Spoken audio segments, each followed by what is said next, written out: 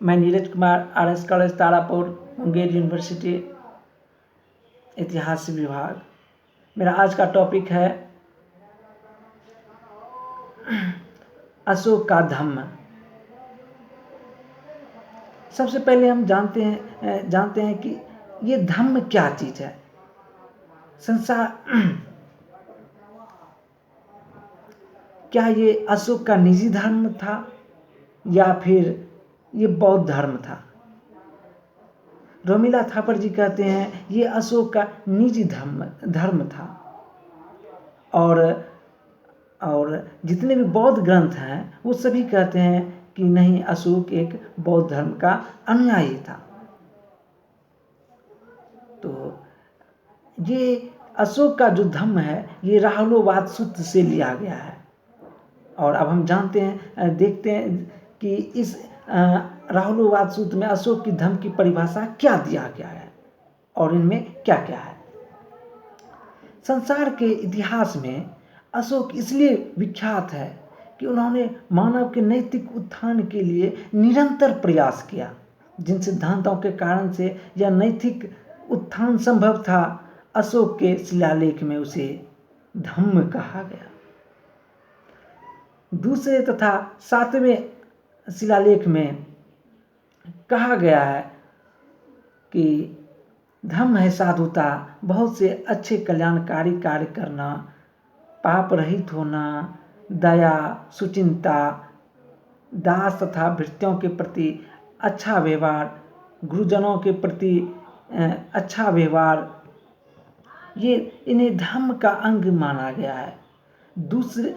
तीसरे शिलालेख में कहा गया है कि अल्प व्यय तथा अल्प संग्रह को भी धम्म का अंग माना गया है।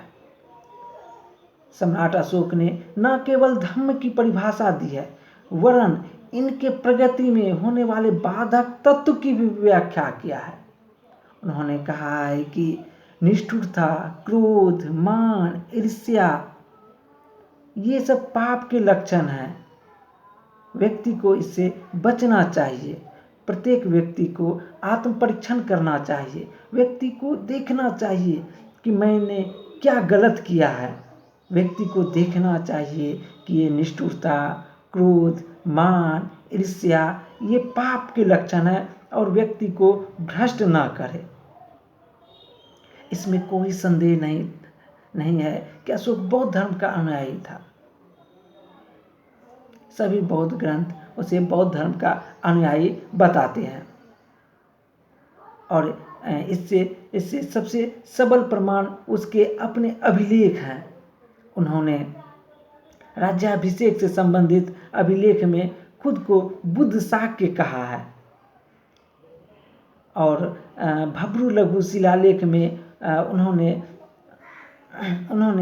बौद्ध धर्म के त्रिरत्न में विश्वास प्रकट करता है, अर्थात बौद्ध धर्म तथा संघ में विश्वास प्रकट करता है और भिक्षु तथा भिक्षुणियों को बौद्ध धर्म का अध्ययन तथा श्रवण करने को कहता है। अशोक के 10वें शिलालेख में अशोक के राज्याभिषेक के 10वें वर्ष वो बोध गया की यात्रा करते हैं और 12वें वर्ष निगाली सागर की यात्रा किया, जहाँ की कनक मुनि स्तूप के आकार को दुगुना करवाया। सम्राट अशोक अक्सर बौद्ध धर्म की एकता में विश्वास रखते थे। उन्होंने भिक्षु तथा भिक्षुणियों को बौद्ध धर्म में एकता लाने के लिए मोगलीपुत्र तिस्य के नेतृत्व में यह प्रयास किया कि बौद्ध धर्म में एकता बनी रहे।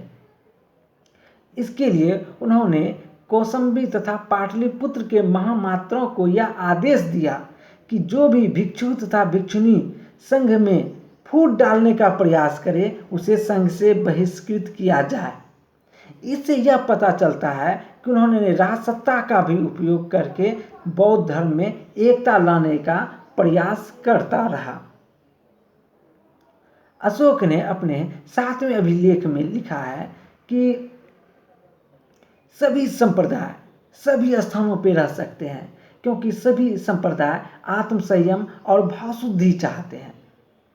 अशोक ने अपने 12वें शिलालेख में कहा है कि सम्राट सभी गृहस्थों तथा श्रवणों को दान तथा मान के द्वारा सम्मान करता है, लेकिन महाराज दान तथा मान को इतना महत्व नहीं देते हैं जितना कि सभी गृहस्थों में सार वृद्धि हो। सभी में सार वृद्धि के लिए मूल मंत्र है वाक् संयम। प्रत्येक व्यक्ति को देखना चाहिए कि वह अपने संप्रदाय की प्रशंसा और दूसरे संप्रदाय की निंदा नहीं करनी चाहिए। अगर ऐसा करता है तो मतलब वह अपने ही संप्रदाय का क्षयन करता है। अशोक बौद्ध था तथा त्रिरत्न में विश्वास करता था। अशोक ने अपने शासन काल के 14वें वर्ष में एक नवीन प्रकार की नियुक्ति किया, जिसे धम्म महामात्र कहते थे। ये धम्म महामात्र का कार्य होता था कि आम जनता को धम्म के बारे में बताना, उनके बारे में शिक्षा देना, उनके बारे में उनका अनुसरण कैसे किया जाए, ये सब बताना होता था। इसके अलावे उन्होंने राजकों सबको यह आदेश जारी कराया कि प्रत्येक राजुक जो हैं वो अपने अपने क्षेत्र में भ्रमण करें और वहाँ की स्थितियों के बारे में जानें, वहाँ के कैदियों के बारे में जानें। इस प्रकार उन्होंने यह आदेश दिया कि इससे प्रत्येक व्यक्ति की जैसे कि अगर कोई कैदी मतलब अगर उसे फांसी की सज़ा हो गई है तो उसे अगर वो राजकों को अपने सज़ा माफ़ी के लिए वो खत दे सकता है ताकि वो उससे माफ़ी प्राप्त किया जा सके। इसके लिए उसे 3 दिन का अवकाश भी दिया जाता था। अगर राजकों को अगर दंड बहुत ज़्यादा है तब उसे 3 दिन के अंत में उसे मोहलत 1 दिन का उपवास रख करके उसे फांसी दिया जाता था। अशोक व्यवहारिक था, उन्होंने फांसी की सज़ा को हटाया, मृत्युदंड को समाप्त नहीं किया। अशोक ने बौद्ध धर्म के प्रचार प्रसार की बड़ी लगन और उत्साह से कार्य किया। उन्होंने हिंसा को बंद करने के लिए उन्होंने युद्ध का त्याग कर दिया। उन्होंने पशुओं का वध रोकने के लिए यज्ञ पर भी प्रतिबंध लगा दिया कि ऐसा कोई यज्ञ नहीं होना चाहिए जिससे में कि पशु बलि दिया जाए।